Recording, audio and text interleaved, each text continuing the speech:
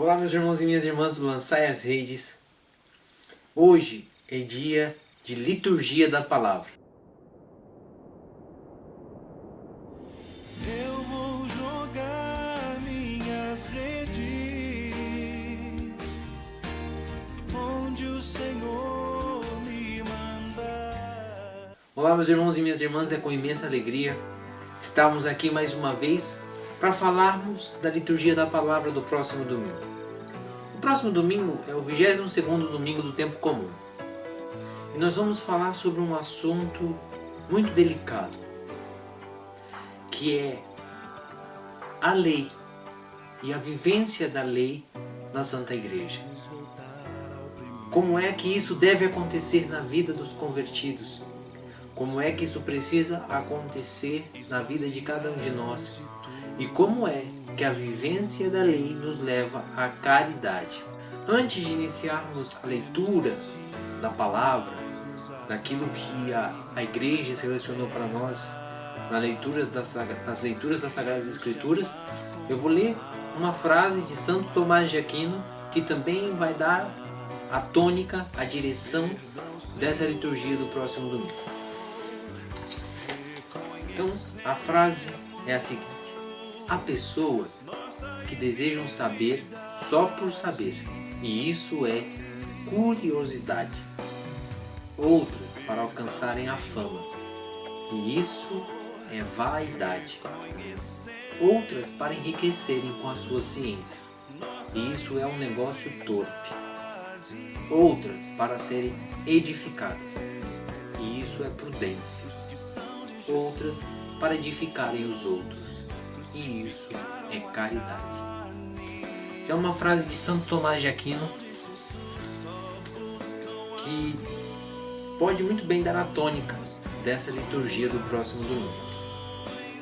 Nós vamos começar com a primeira leitura, que está no livro de Deuteronômio, capítulo 4, do versículo 1 ao versículo 2 e do versículo 6 ao versículo 8. E vai dizer assim: Moisés falou ao povo dizendo: Agora, Israel, ouve as leis e os decretos que eu vos ensino e cumpri, para que fazendo vivais e entreis na posse da terra prometida pelo Senhor Deus de vossos pais. Não acrescenteis, nada tireis a palavra que vos digo. Nada acrescenteis, nada tireis a palavra que vos digo, mas guardai os mandamentos do Senhor vosso Deus que vos prescrevo. Vós os guardais, pois, e os poreis em prática, porque neles está a vossa sabedoria e inteligência perante os povos, para que ouvindo todas essas leis digam: na verdade é sábia e inteligente essa grande nação. Pois qual é a grande nação cujos deuses estão tão próximos como o Senhor nosso Deus, sempre que o invocamos? E que nação haverá tão grande que tenha leis e decretos tão justos como esta lei que hoje vos ponho diante dos olhos? Palavra do Senhor, graças a Deus. Então, o primeiro ponto, a primeira leitura do próximo domingo é Moisés dando a lei ao povo. Se nós formos ler ali o Pentateuco, o Gênesis conta a história dos patriarcas, o Êxodo entra na história de Moisés. E aí o Êxodo conta a história de Moisés. O Levítico dá as leis da liturgia, dá as leis dos atos litúrgicos, como o sacerdote deve se paramentar, quando deve acontecer as festas. Então são as leis litúrgicas. Depois vem Números, que é o primeiro recenseamento, a contagem dos povos, a família de cada um, quem deu origem a quem. E aí Deuteronômio, que é as leis para o povo, para a vivência do povo. Então nós estamos falando exatamente do livro da lei, exatamente do livro que dá a lei. Óbvio, estamos falando da Torá, do Pentateuco, dos livros que são atribuídos a Moisés, mas nós estamos falando aqui especificamente do livro da lei. E é por isso que essa liturgia vai falar da lei, porque a primeira leitura já nos dá essa direção. É Moisés passando a lei ao povo. E dizendo nessa proximidade que Deus tem para com o povo eleito, o povo de Israel, e que é necessário cumprir a lei. não acrescentar e nem tirar nada da lei, mas cumpri-la.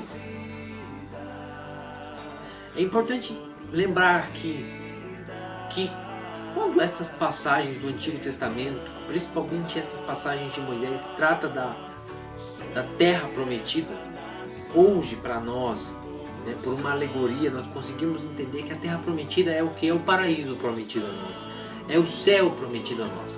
Então Moisés está falando aqui da promessa que foi feita a nós, de que nós chegaremos ao céu e que para isso necessitamos cumprir a lei. Para isso necessitamos praticar a lei, ouvi-la e praticá-la. A lei é importante, meu irmão, e nós nunca podemos nos esquecer disso, porque Jesus veio dizer que ele não veio para abolir a lei, mas para fazê-la se cumprir até a vírgula, para fazer se cumprir toda a lei. Nós precisamos entender isso. Nós precisamos entender isso porque o que essa liturgia de domingo vai dizer para nós é: sim, a lei é importante. E a lei é a palavra de Deus. A lei é a palavra de Deus e nós precisamos cumpri-la. Vocês vão entender que o que essa liturgia quer dizer para nós é que nós não podemos ser meros ouvintes dessa palavra de Deus e dessa lei de Deus e nunca colocar em prática. Nós precisamos colocar em prática. Mas nós precisamos colocar em prática a partir de uma conversão que acontece no coração. Nós precisamos fazê-la viver em nós verdadeiramente e não ser apenas uma ideia, algo que aconteceu há muito tempo e que eu sei que deve acontecer e deve ser repetido, mas eu não tenho a conversão. Toda a lei e todos os mandamentos, elas nos orientam para uma vida com Deus. Como eu tenho, meu orientador espiritual costuma dizer, uma máquina, por exemplo, ela tem um manual de instruções. Quando você compra uma máquina, ela tem um manual de instruções. Ela diz como você deve ligá-la, como você deve usá-la. Se você ligar ela na energia errada, ela queima. Se você usar ela do modo errado, ela para de funcionar. Você tem um jeito certo para carregar, você tem um jeito certo para utilizar o equipamento daquela máquina. E se você não cumprir o manual, você vai acabar danificando a máquina. Apesar dela ser perfeita para aquilo que você quer fazer, você vai acabar danificando aquilo que você comprou. O homem veio com um manual de instruções impresso no seu coração, que são os 10 mandamentos. Então, para viver bem, o homem precisa cumprir os 10 mandamentos. É o manual de instruções, é o modo como fazer o homem ser feliz. Está impresso no coração dele os 10 mandamentos. A lei não veio ser abolida. Eu não estou vindo aqui dizer para você, e principalmente para você, meu irmão e minha irmã, que já é católico, de que você tem que abolir a lei, que a lei não é tão importante, que o que vale é o amor, porque esse é o discurso do que muitos fazem hoje. Deus que é simplesmente: ai, meus filhinhos, vocês erraram e eu passo a mão na sua cabeça, você não precisa mudar. O que mais nos impressiona, meus irmãos e minhas irmãs, é que nós lemos as Sagradas Escrituras e nós sabemos sim que Jesus Cristo andou com as prostitutas, com os cobradores de impostos, com os publicanos, mas todos eles que Jesus encontrou, a palavra de Jesus era: ok, sua fé te salvou, vai e não tornes a pecar mais. Não existe esse fato de Jesus entrar na vida de alguém que vive no erro e dizer para ele: tudo bem, tá ok, você é prostituta, continue sendo prostituta, continue, tudo bem, tranquilo, para mim não tem problema. Não, nós temos um Jesus que sim, sabe acolher, sabe o momento certo de falar e sabe não desprezar essas pessoas, porque a sociedade as desprezava. Mas Jesus não aceita que eles continuem vivendo na mesma vidinha de sempre, porque o encontro com Jesus muda a nossa vida.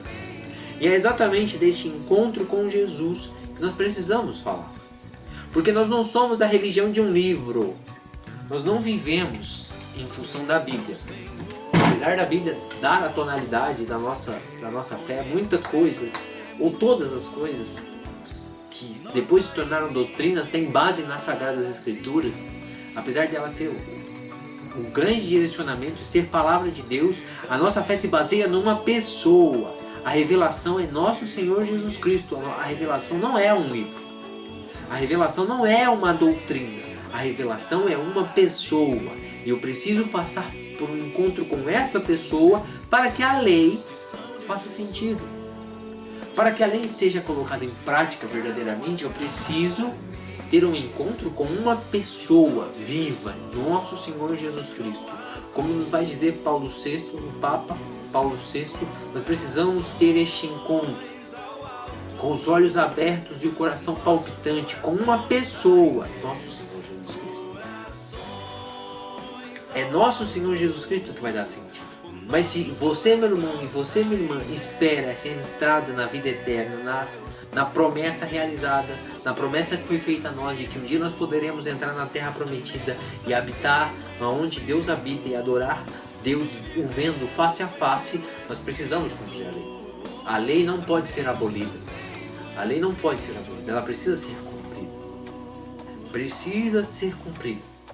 Então essa primeira leitura vem para nos dar o direcionamento de que a lei foi instituída por Deus para nos aproximar de Deus, para mostrar que Deus é próximo de nós precisamos cumprir.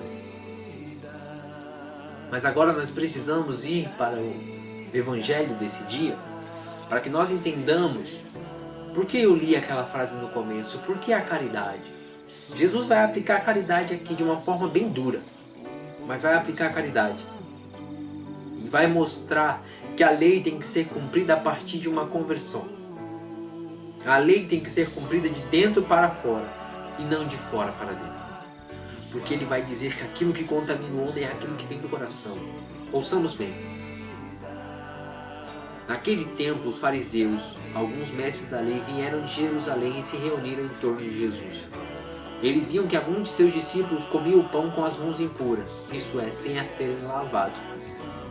Com efeito, os fariseus e todos os judeus só comem depois de lavar bem as mãos, seguindo a tradição recebida dos antigos. Ao voltar da praça, eles não comem sem tomar banho, e seguem muitos outros costumes que receberam por tradição a maneira certa de lavar os copos, jarras e vasilhas de cobre. Os fariseus e os mestres da lei perguntaram então a Jesus: por que os teus discípulos não seguem a tradição dos antigos, mas comem o pão sem lavar as mãos? Jesus respondeu: bem, profetizou Isaías a vosso respeito, hipócritas, como está escrito. Esse povo me honra com os lábios, mas seu coração está longe de mim. De nada adianta o culto que me prestam, pois as doutrinas que ensinam são preceitos humanos. Vós abandonais o mandamento de Deus para seguir a tradição dos homens. Em seguida, Jesus chamou a multidão para perto de si e disse: escutai todos e compreendei. O que torna impuro o homem não é o que entra nele vindo de fora, mas o que sai do seu interior. Pois é de dentro do coração humano que saem as más intenções, imoralidades, roubos, assassínios, adultérios, ambições desmedidas, maldades, fraudes, devassidão, inveja, calúnia, orgulho e falta de juízo. Todas essas coisas más saem de dentro e são elas que tornam impuro o homem. Palavra da salvação. Glória a vós, Senhor. O Evangelho vem exatamente pegar aquilo que nós falamos na primeira leitura e dar sequência a ele. Porque, como dissemos, nós precisamos deste encontro com uma pessoa, senão a lei não faz sentido. E é exatamente isso que os fariseus faziam. Aquilo que Moisés tinha ensinado como lei, falando que elas precisavam ser cumpridas, hoje elas já eram algo externo, não era mais algo verdadeiro, não era mais algo do coração. E aí nós começamos a entrar exatamente naquilo que Santo Tomás de Aquino falou para nós. Nós começamos a desejar saber da lei para alcançar a fama. E isso não é caridade, isso não é prudência, isso é vaidade. Eu quero ser vaidoso, eu quero ser aplaudido, eu quero ser reconhecido. Eu quero que as pessoas saibam quando eu faço jejum, eu quero que as pessoas saibam quando eu vou à missa, eu quero que as pessoas saibam quando eu prego, eu quero que as pessoas saibam quando eu estudo, eu quero que as pessoas saibam de tudo que eu faço. Não porque eu quero edificá-las, mas porque eu quero que elas me reconheçam. Muitos irmãos e irmãs católicos vivem exatamente esta hipocrisia. E a palavra hipocrisia significa exatamente o que? Ator teatral. Então, para muitos de nós e muitos de nossos irmãos católicos, a vivência do cristianismo nada mais é do que um teatro. Nada mais é do que as pessoas sentem numa plateia e assistam a minha apresentação. Assistam aquilo que eu finjo ser. Porque muito cristão é ator. Muito cristão acredita que igreja, que grupos, que ministérios são palcos em que ele tem o direito de entrar e fingir ser aquilo que ele não é de verdade. Muito cristão católico que acha que não precisa ser cristão em casa, que não precisa ser cristão no trabalho, que não precisa ser diferente quando ele realmente precisa ser, nas atitudes em que ninguém está vendo. Tem muito cristão católico que acha que não precisa ser católico no momento de não forjar uma carteirinha falsa, de não pagar meia entrada quando não deve, de não aceitar um desconto que não é devido, de não aceitar um troco que não é o correto. Ali, quando ninguém vai ver o seu cristianismo, é uma das horas em que você precisa mais ser cristão para mostrar que o que você faz externamente não é incoerente com o que você faz internamente. Porque ou há uma conversão daqui e um cumprimento da lei que vem do meu coração, ou de nada adianta cumprir a lei. E por que nós cumprimos a lei? Para que nós cumprimos a lei? Jesus nos dá a resposta neste evangelho, quando ele diz aos fariseus: de nada adianta o culto que me prestam. Você entendeu que Jesus disse isso? De nada adianta o culto que me prestam, pois as doutrinas que ensinam são preceitos humanos. Está pegando o trecho de Isaías, mas ele está dizendo para eles. Isaías disse bem a vosso respeito. E ele diz: este povo me honra com os lábios, mas seu coração está longe de mim. De nada adianta o culto que me prestam, pois as doutrinas que ensinam são preceitos humanos. Jesus está dizendo que nós fazemos tudo por Deus. É para Ele que nós fazemos. E de nada adianta o culto que é prestado a Deus quando este culto é um preceito humano. Quando eu fico no raso, quando eu fico no baixo, quando eu fico no pouco, quando eu quero que as pessoas, quando eu quero que os homens me reconheçam, quando eu quero que os homens vejam o que eu estou fazendo. Meu irmão, minha irmã, nessa liturgia você é convidado a ser um cristão que se converte, que modifica o coração. E você, meu irmão, minha irmã, que vai usar essa palavra para pregar, você tem a responsabilidade de fazer com que aqueles irmãos que estão sentados deixem de ser apenas atores, deixem de ser apenas hipócritas. Primeiramente mudando a sua vida, para que a sua pregação não seja uma hipocrisia, mas depois fazendo com que eles se levantem daqueles bancos e comecem a ser cristãos de verdade e a honrar Jesus com seu coração e não somente com a sua boca. Porque as pessoas não precisam ver aquilo que você está fazendo, elas precisam ver a Deus, que nos dera sermos como João Batista, que diz que eu quero diminuir para que Ele apareça. Muito cristão que está dizendo que eu quero que Jesus desapareça e que eu apresente-me a mim mesmo, porque eu sou o melhor ator de cristão do mundo e eu quero que as pessoas vejam quão bom ator eu sou. O cristianismo desse jeito nada vale. O cristianismo dessa maneira não vale nada. Vocês são hipócritas, ou vocês são ignorantes e não conseguem entender aquilo que está sendo dito. Se for uma ignorância irreversível, se for uma ignorância invencível, ora, não tem o que se fazer. Agora, para você, meu irmão e minha irmã, que está vivendo um cristianismo falso, e que talvez ninguém nunca tenha dito isso para você, você precisa voltar a Deus, porque esse seu cristianismo falso vai te levar para o inferno. Não vai te levar para onde Jesus quer levar. Não vai te levar para a terra prometida, como Moisés vem dizer na primeira leitura. Terra prometida para nós, nunca mais se esqueça disso. É prefiguração de céu, de paraíso. O Senhor quer nos levar para o paraíso. O Senhor quer que nós adoremos a Ele face a face no céu, com os santos. Mas nós só chegaremos lá se a nossa vivência da doutrina, se a nossa vivência da lei, se a nossa vivência da palavra passar por uma pessoa que é nosso Senhor Jesus Cristo, e nele nós tivermos a coragem de viver isso com o nosso coração. O que essa liturgia nos convida a ter é conversão. A lei sem conversão de nada vale. A lei sem conversão são atos externos que não modificam nada. Para fechar esse ponto do Evangelho, é interessante que nós saibamos que lá no Gênesis existe um versículo que é chamado de proto-evangelho. Ele tem o mesmo valor dos evangelhos, apesar de estar lá no Gênesis, que é o momento em que Deus, falando a Eva e a serpente, diz para a serpente: eu colocarei inimizade entre ti e a mulher, Colocarei inimizade entre ti e a mulher, entre a tua descendência e a dela.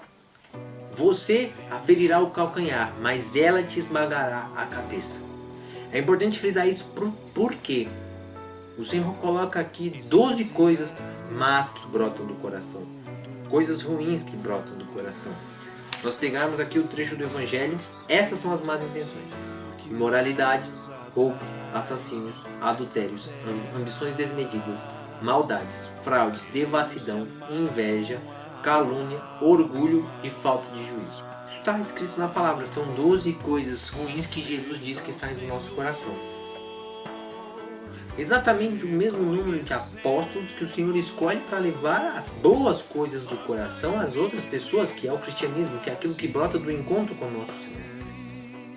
Então, do nosso coração pode vir o cristianismo e brotar tantas maravilhas, tantas coisas belas que vieram dos apóstolos, que vieram da sagrada tradição, mas também do nosso mesmo coração pode nascer tudo aquilo que não presta.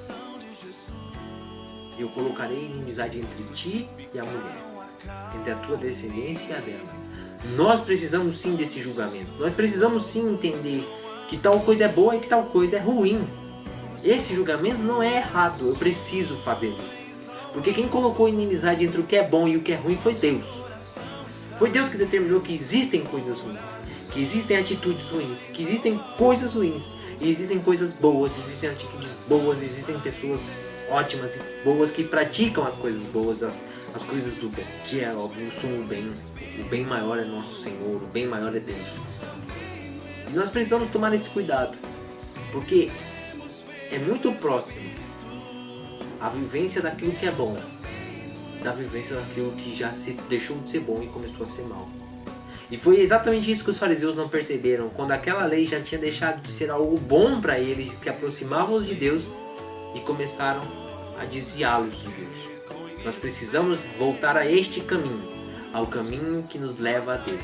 A lei precisa ser cumprida para levar o meu coração a Deus, senão eu estarei sendo daqueles que tentam de todas as formas matar a vontade de Deus.